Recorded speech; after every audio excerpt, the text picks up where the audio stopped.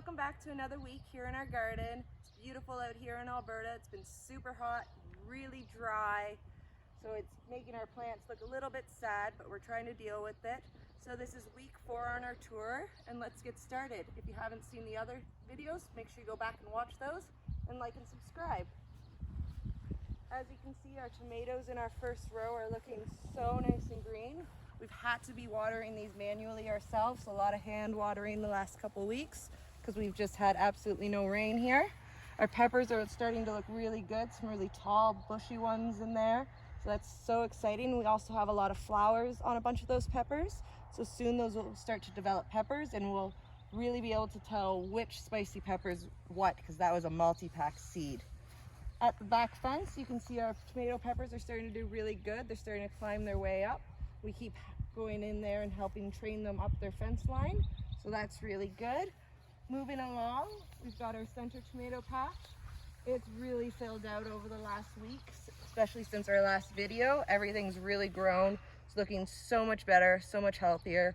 That's partially in thanks to our constant need for watering lately. Our mini peppers are starting to finally look a little bit bigger and bushier, and same with our jalapenos, so that's really good. In our little herbs section, we actually added some reversed regular herbs that we hadn't planted yet. So now we've got some oregano in here, some basil, some thyme, as well with our dill and our sage. So that's really nice. Asparagus is still doing its thing. We're just going to leave that there basically for the end of the season, and it's going to finish off like that. Garlic's looking good, got lots of growth. Celery's looking great. In our last video, I mentioned that I had planted some lettuce in here. So as you can see in the center there, it is starting to come back up through the surface. So that's really exciting. Got to make sure to get some water on there when we're done this video. Like I said, it's been super dry, so not much we can do about it. Onions are doing amazing. So proud of those guys. They're looking really good. Same with our leeks and our kohlrabi. Lots of growth there.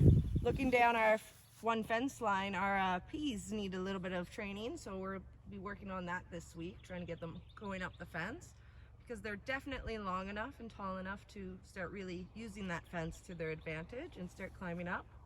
Hopefully we'll start seeing some flowers on those soon, and then we'll get some peas. Our beets are looking amazing. Very pleased with those. Nice and full. Might have to thin a few out, but just kind of letting them do their thing. Carrots are looking okay. I also planted an extra little patch of carrots down this center little path here because these radishes are going to be coming out. Basically, they're supposed to be kind of out this week. They're looking really good though. We've got 2 types in here. And as I pull a small guy. Well, my 9-year-old was pulling all the big guys out yesterday, I guess. Let's try this guy here of this type. There's one. There we go. So we have 2 different types. One's a deep red and one's a white tipped radish. So that's really nice. They'll go in our salads over the next couple days. We'll collect those after. Our eggplant in there is slowly growing. He will be very happy once we get those radishes out of his way. We've got some pink developing on our strawberries. That's really exciting. Let's hope the birds don't get to them before we do.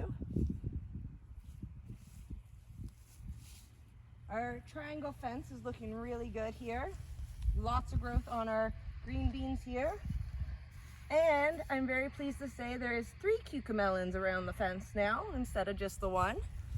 They do like the warm soil, so just constant watering has helped them out, and now they're starting to grow. Walking along our fence, the only 2 things that didn't germinate was one of each type of zucchini. So I will be moving one of those zucchinis forward and then allowing the back area for cucumbers to take over, because there's so many more of those than the zucchini. Our peppers at the front are doing good, also developing flowers, really good.